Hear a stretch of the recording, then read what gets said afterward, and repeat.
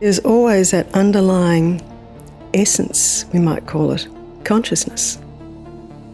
And if we want to point to truth as such, perhaps we can describe it as that which is not subject to the ebbs and flows, to the comings and the goings, to the overlays that the thinking and discriminating mind. So we look to what that is appearing in. What is prior to mind? Are you ready to question what you believe you know? Dear friend of philosophy, I welcome you to the Key Philosophy Quest. I'm your Doctor of Philosophy, Hellmut Monz, and I invite you to join me on the quest of asking the key questions of philosophy. In this episode of the Key Philosophy Quest, I have philosophical questions for Kalyani Lawry. Kalyani is an experienced counselor, mentor, and author from Australia whose work points towards something beyond words. Together with her husband Peter, she was so kind as to allow me to visit her in Melbourne. Let's hear what Kalyani has to say. Your quest is to pay attention until the end and answer the following question. What is the essence prior to mind? Kalyani, thank you so much for taking time and doing this with me. I have prepared questions, philosophical questions. I will try to throw them at you and let's see what happens. Well, that'll be interesting, and it's lovely having you here. Thank you. So what is this? What is happening? I assume we are two people sitting right here. I have questions. My first question, what is this? It is as it appears. It's two people sitting here. That's where the attention is. And you're going to be asking some questions. And that's all just simply manifesting and appearing in these particularized forms. You just mentioned appearing is what appears to be true. You know, that is essentially, if we're talking about things, it's always relative. Yeah. You know, it appears to be daytime now. But is daytime the absolute truth? It's not for somebody who lives in another part of the world. So it's always relative. And if we look at what is underlying that, no matter what opposites are appearing, no matter what the attention is focusing on, there's always that underlying essence, we might call it, consciousness. Just to confirm, is what appears to be true really true? Or maybe, as you just suggested, what appears to be true is some sort of a layer, and there's a deeper truth to it. Truth as such, if we're talking about what appears to be true and what appears to not be true, you know, I mean, on a very simple level, you know, you have half a dozen people observing a car accident, and they all have a different story, including perhaps even different colour vehicle. So on the level of arguing points or describing, it's a very subjective experience. And if we want to point to truth as such, perhaps we can describe it as that which is not subject to the ebbs and flows, to the comings and the goings, to the overlays that the thinking and discriminating mind make. Then, okay, we just talked about what appears to be true, but then what is it that is really true? Have a look. Oh, okay, have a look where? How? Well, what do you mean by true and truth? How it actually is, what's really going on. The idea is to not be satisfied with what appears to be true, what we on the surface level may agree, arguably have opinions about what is true, but what is actually true when the rubber meets the road. What is really, actually, really, really true, to the extent that we can be rest assured that we actually nailed it and we have all doubt dispersed. Yeah, well, the mind can never be rest assured. The thinking can never be rest assured, because its notion is once we get an answer to a question, the next thing that happens is another question arises. So while ever we're chasing this in the thinking, it'll kick up new questions. So we look to what that is appearing in. What is prior to mind, as they say? It seems that the mind is always dissatisfied. Yeah. Even if there is an answer provided, the mind looking for the next, that's not enough. There's always a follow-up question. When you have, if you get to know something, there's more left to be known. The ceaseless need, desire for more and more and more. So we can say maybe there's some sort of greed behind it. And so you mean that's something that almost disqualifies the mind to accept the truth because of this need to that is chasing the mind past the truth? Yeah, you see, the thinking appears in that essence. It appears in consciousness. And it's just another object. We objectify this notion of mind and thinking, and we're so used to using it to resolve problems, to sort out things, to fix things, to learn, to understand, which is absolutely appropriate, perfectly appropriate. That's its nature in the functioning, the day-to-day functioning. But when we're talking about consciousness, when we're talking about essence, truth, the absolute, whatever label we want to put on that, the mind can't contain it. As they say, it is prior to mind. Not that there's a beginning, a before and after or anything else. These are more notions. But it's a way of pointing to that which can't be quantified, can't be labelled, can't be contained, and can't be described. Okay, yeah, I heard you saying consciousness, essence. I assume these are words you use to describe what it actually is, and at the same time doubting that mind might not be the way, the path, or the tool to get to that. How can mind get to that which is prior to mind? Maybe this is not a question for the mind. Then how can we answer then the question of what is essence or what is consciousness? It can only be in the experiencing. Otherwise, it's conceptual. It's stories about, it's attempts to describe,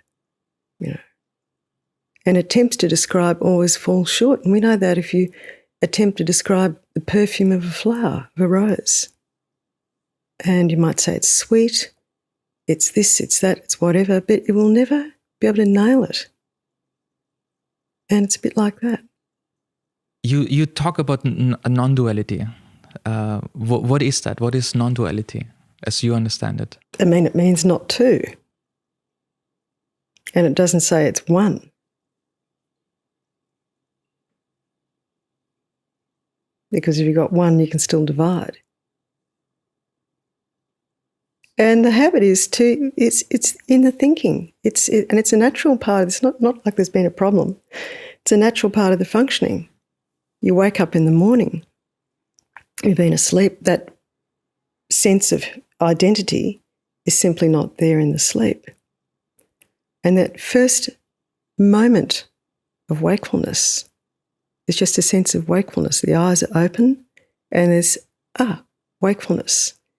And in a very short period of time, maybe half a second or a couple of seconds, I don't know, the ownership is taken. Oh, I am awake. And a very short period of time after that, I am awake and the stories start. And we put on that old overcoat of identity and we imagine that's what we are. And then we're caught up in the battles to protect, to enhance, whatever it might be. And everything is divided.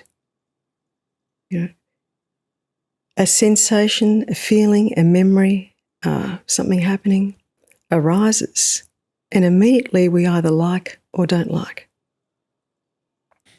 Then we go into battle. If we like something, of course, it's pleasurable, it's nice, we want to sustain it. And everything, you know, it's like the weather, everything comes and goes. So it's going to disappear, and then there's a longing. No, don't go. Stay. And then with something we don't like, and an old memory, an impression, something sort of sets a feeling off, triggers something off, and there's that, sense of unhappiness, I'm not good enough, I'm this, I'm that. It's usually very personal in that sense of around focusing on the I am not good enough stuff. And we go into battle with that. We attempt to contain, we attempt to control, we attempt to find techniques to dissipate it. And that's the battle. I want, I don't want. I like, I don't like.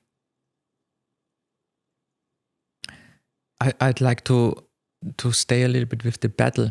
I'm in constant battle. Another word for battle, I think, also is disagreement. So what you mentioned with the divide, this and that, is and is not, true and false. Left and right, my brain is split. You know, there's a cut in my brain. There's a left and a right hemisphere. I have a left and a right side. I have a left and a right eye. So there's this pulling back and forth. The things I like, the things I dislike, the things I'm running towards to, which I like, running away from, which I don't like. And so this is a relationship of twos, and this is a relationship of disagreement, of battle. I like that. Yeah, we have two sides that face each other, but not in a friendly way, but in a contesting a way. Then how is there a possibility for this waging of war to make peace? How can the left and the right, my left side, my right side, make peace? Well, you know, ownership's been taken. And feelings and sensations arise, just as a feeling and sensation of the temperature or the whatever it might be arise. If you're not taking ownership of that, if you're not claiming it as yours, that something needs to be done with, it's simply a sensation. And if it's not being given the oxygen of attention, it just dissipates. It's just stuff. And if we turn the volume down on, how it's being rated, is this bad, is this negative, is this mildly bad, is this positive, or whatever, you turn that volume down, it's just a sensation. The habit is to focus and to attach energy to it and to fixate. And it's that fixation that sustains things. So we so closely identify with the feelings, the memories, the emotions, the responses. And we think that's what we are. And we think we're the bundle of all of these occurrences and responses that have taken place through our life. And it's not so. What you are is prior. Again, I'm using the word prior to any of that. Identification. Who are you really? Have a look. This stuff can only be arrived at, if we put it in those terms, by really strong inquiry, looking very deeply, because we have to unpick the old habits of identification, the old habits in the thinking that keeps us small, tiny, damaged, unloved, whatever it might be. They're all just stories. And in seeing that they're stories, they're just concepts, they're just ideas, they're just traces of stuff that's being held and fixated on, they loosen. You know, it's like the mirage. Yeah, the old story of the mirage. You know, there's great freeing when you come to truly know that it's not a lake of water and you can't drink out of it. And yet, it will still appear as a mirage. Okay, very nice. Mirage. Let's have this. A mirage is, so it seems there's a lake, it seems there's water, it seems we can drink out of that. But if we get closer, how we figure this out, I think we need to get closer. It turns out this is not the case. So are you saying there's something similar going on when we talk about identification, who we believe we are? So my identification, I have a passport. I have a passport, there's my name in there, it's my ID. Are you suggesting that the ways how we usually go about our identification, that there's somehow a game, a mirage going on? Well, I mean, you have a passport because that's what's required. You know, you say someone's an Australian, or they're English, or they're French, or whatever they might be. And, you know, that's what's appearing. But we're talking about fundamental things apart from appearance, like someone's eye colour or skin colour or whatever it might be. We're talking about primary stuff here. What is this all appearing in? You know, this stuff, it's a question of really breaking through the old habits in the thinking. You know, because you can't get to it in the mind. You can't get to it in the mind. And the mind's not a problem. The thinking's not a problem. It's the identification.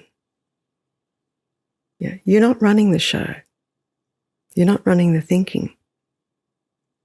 If that were the case, the thought stream would be very different. It'd be happy, pleasurable, positive. An example I sometimes give is that of somebody's watching a beautiful film on their TV and they're totally absorbed. They've gone. They're just sitting there immersed. No idea of what's going on around them. Totally immersed. And then suddenly at the bottom of the screen, up comes the moving text and it's got the weather forecast for tomorrow. It's got the news headlines. It's got the sports results. It's got the stock exchange movement. And as soon as the attention is on that moving text, you've fallen out of the immersion in that film. And you can't do two at once. You know, no matter how hard you try, you can't do the two at once. And this is all that happens with us. We lose sight of the actuality, of that essence, of that reality, of that consciousness, because the attention is following the thinking stream. And that thinking stream cannot contain, describe the experience that's happening in being with that film. So I go into the cinema, I sit down, and the art of cinema crafts immersive experiences. We watch a movie of science fiction movie with aliens and space rockets and whatnot. And the stories are crafted in a way we identify with the character, the hero in the story, and we really fall for that, and we forget that we're watching actually a movie. And there is also in philosophy a very famous, it's called the Plato's allegory of the cave. It's people sitting in the cave watching shadows on the cave wall. Plato's, yeah. But the thing is, they are slaves and they're enchained, and that's all they have ever seen. They're born into the cave, and they identify with the shadows on the wall, and they think the shadows are actually real. And there is a moment that you pointed out that might, and that is also in Plato's story, a moment of disillusionment, where you fall out of the buying into the immersion. But then what is left? Yeah, well, this requires rigor and real work to cut through the old mind stuff. If we stand back and look and compare, we're just standing back and looking and comparing. There's no real work to cut through. There's no deep inquiry, deep investigation of this assumed I that we've taken as the real. And it's a bit like, somebody goes to a gym and they stand there and they look at all the equipment. They go, oh, yes, that's a bit like the equipment in the other gym. Yep, that's great. Oh, I don't like that one. It's not as well designed as the other one. The other one's better, it's better this and that, better colour, nicer, whatever. Oh, they haven't got those sort of mats here, here that they have in the other place. The person stands there and they're there for half an hour looking at all the equipment. Now, they haven't done any exercise. They've just been busy in the head thing, looking and comparing with something else in the thinking. I heard you say the inquiry. I heard you also say this is to be done with rigor. Yeah. So then can we actually do push-ups? How is the work then actually done to really get the muscles working? What is then how does the work look? It's a rigorous inquiry and investigation into the assumed I that you think you are. And again, initially, someone will do that, but it'll stay in head stuff. It's like cutting behind. Who am I? Which was Ramana Maharshi's, key inquiry question he offered to people. Who am I? But rather than kicking up thoughts, cutting it back to what is underneath the I that I imagine I am, and keeping on going. Where is that located? Where is that being noticed from? And it's not about getting answers. If we're getting answers, it kicks up new questions. It's about actually looking deeply. It's like, you lose the car keys. They're somewhere at home. Are they on the table? You walk in, are they on the table? Are they on the table? There. You look at the place on the hook where they're supposed to be. You look in your bag. You do the logical stuff. And in the end, it's looking. Anything, look. The logical framework has been left behind. And the object is to find the keys. Yeah. And in this, that object, that outcome, is to essentially look for that core essence that you are and keep going and going and going. And this assumed I proves to be very, very flaky. Just to point that out and make this stronger, the key is to look for the I that I am. Yeah. Okay. The I that you think you are. The assumed I. Correct. Okay. So I assume that I am within a body. I assume that somewhere in the body there is the I, and then also assume that there are places where I'm not. So, for example, I'm now in Australia and I'm not in Germany.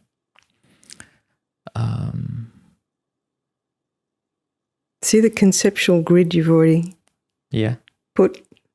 You know, we're leaving everything behind. We're leaving it alone. You know, it's like it requires a real and deep and profound letting go of everything that we think we know. Because it could be a belief? Because it is a belief. Anything we know, we think, is conceptual. It's a thought. Now, that doesn't invalidate it.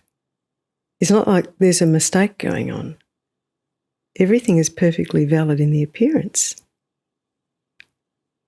But in this inquiry that we do to really explore and come to understand who and what you are,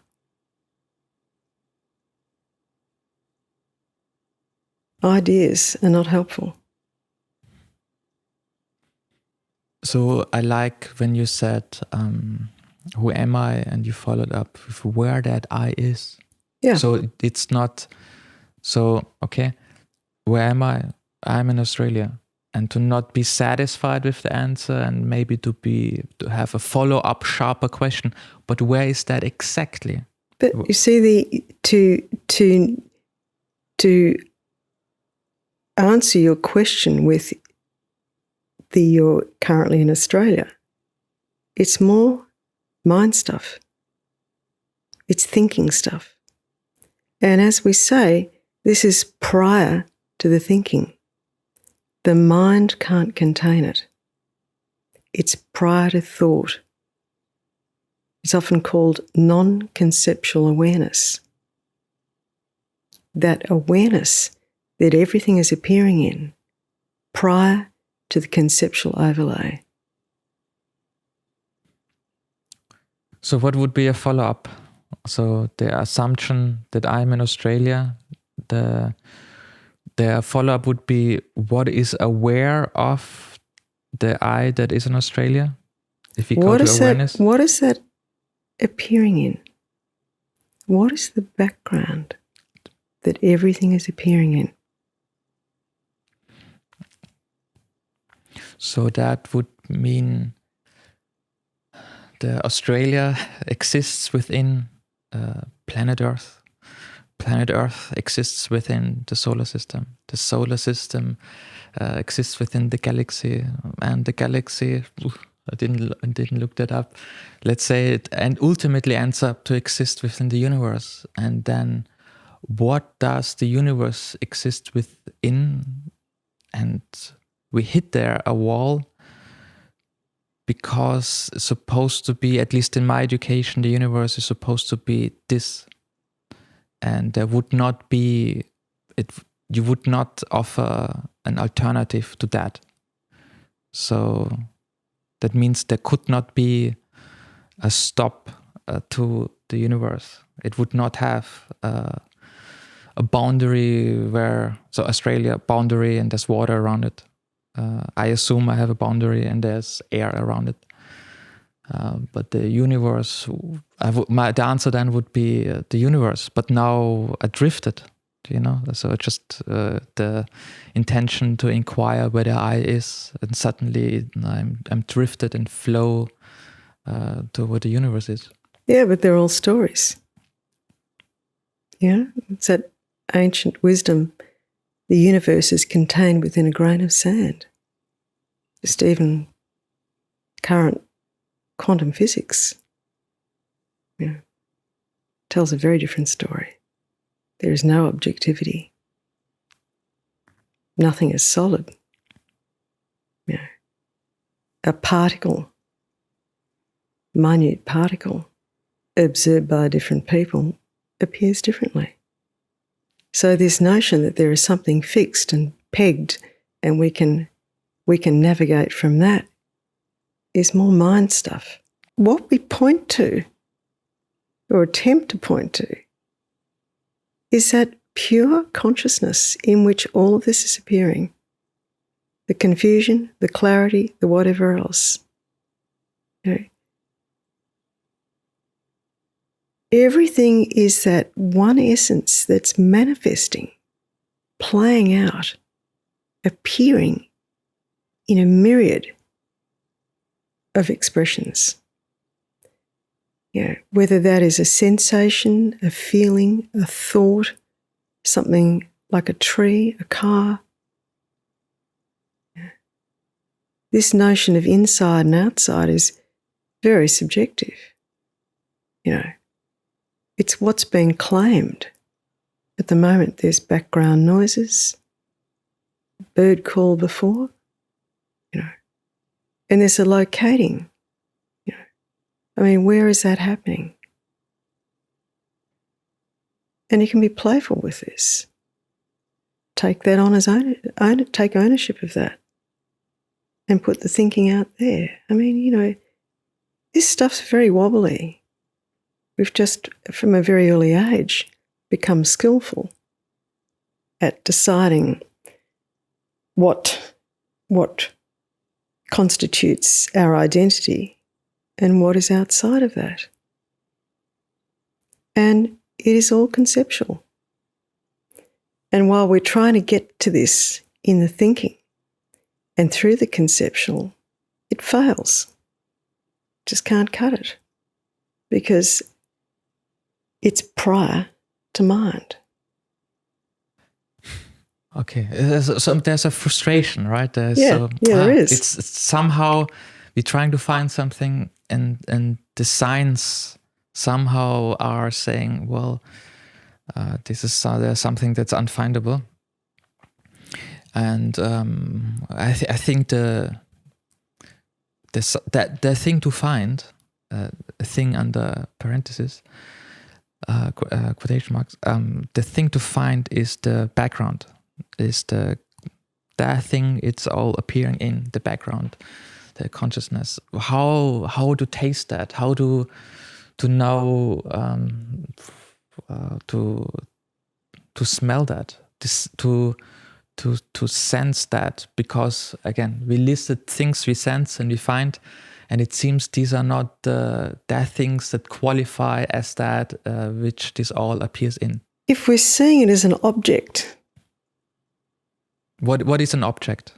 Well, something that's been objectified, a thing. A thing. So attaining this particular thing that you spoke about, you know, again, there's a notion of an attainer, something that has to achieve this in some future point of time.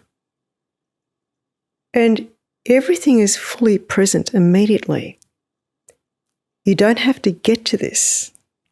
There's nothing to be attained, as they say. It's simply a shift in the old habits. And those habits are the use of the thinking machinery to work its way into this understanding. And this experiencing that we speak about is already happening. It's just simply not noticed. A bit like the TV that I mentioned before. You know, we fall out of that deep immersion because we fixate on the conceptual, we fixate on the storyline, and we fixate on the thinking. I heard you say that which is not away, or that which is always here. This space, this spaciousness. Is this space, this spaciousness? Space is a great metaphor.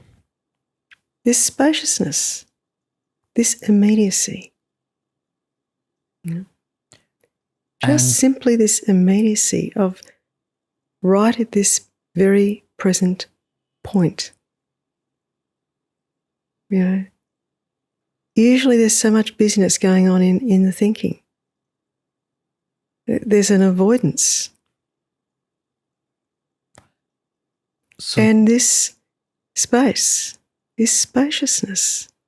This is what we're talking about. What this is. That's actually the topic of what this. So the background the background would not be around the corner. It would not be at another time. It would not be another place, but it's supposed to be here right now. Well, that's all there is in the experiencing. Tomorrow's an idea. And when that day arrives, the experience of it is in the present. It's all conceptual stuff, overlays. Coming back to investigating, to inquiring deeply, this core assumed notion of being a me, and the me is like central player in what is appearing. And simply, you're not doing any part of it. It is essentially automatic pilot. And that me notion that we've assumed we are, takes credit for it, or blame, or whatever it might be. And it's almost like a little afterthought. What is it that never changes? What is the constant? If you go back through your life, little kid, bigger kid, teenager, you've changed. Appearance changes. Your tastes, your ideas, your interests change. Very different phases of your life. But if you go back and think and look and just be present now to what is it, there's a core energy, a wakefulness, a life force. It's always been there as the underlying experience, and that has not changed. That life force, just that energy of that life force, that wakefulness, has always been there, hasn't altered, has no qualities. It's not this, that, or whatever. It has no likes or dislikes. It's just an energy. A really helpful thing is to sit back just in that energy. Just in that energy. Nothing has to be done with it. Nothing has to be improved, intensified, reduced. Sitting back in that pure energy that has always been there. And starting to undercut the attention and focus that is put on the identity. And also turning down the volume on the judgments.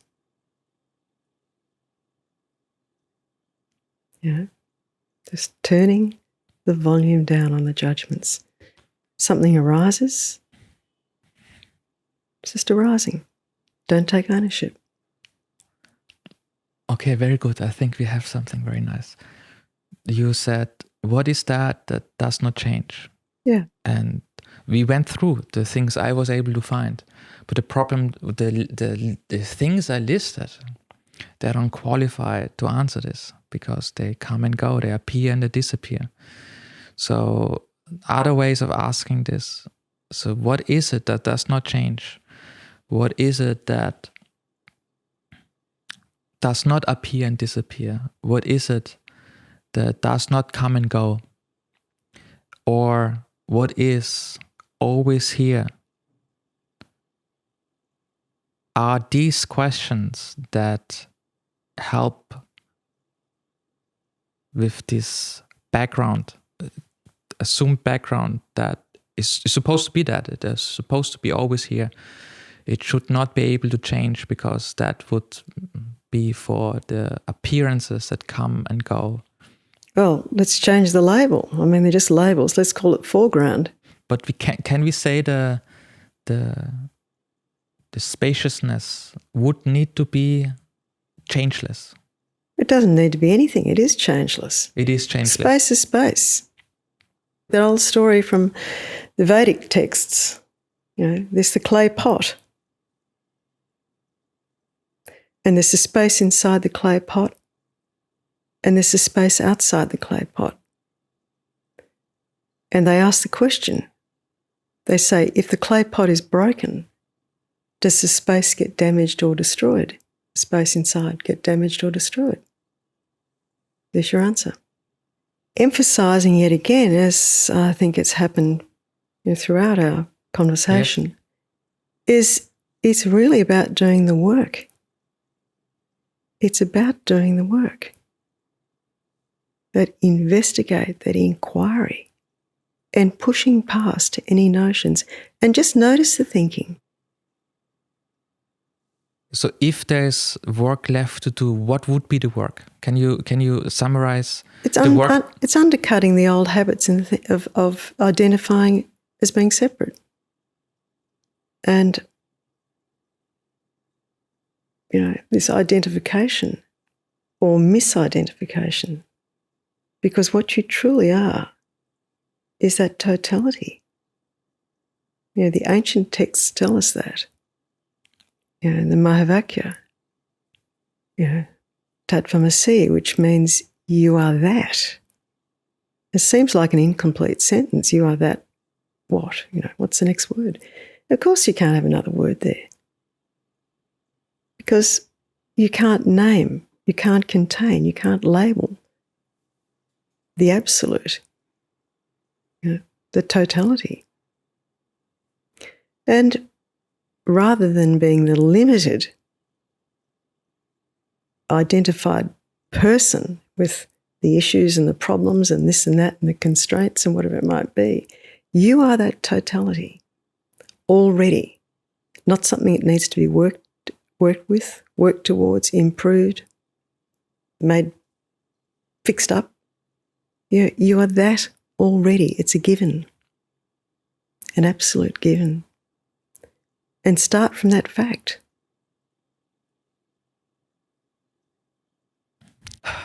Kalyani, thank you so much. This was, thank you so much for your time. You're most welcome, Hellmut. Thank you. Thank you. Dear friend of philosophy, thank you for joining the Key Philosophy Quest. So tell me, what is the essence prior to mind? Write your answer into the comments below. If you want more Key Philosophy, visit keyphilosophy.com and sign up to the Key Philosophy newsletter.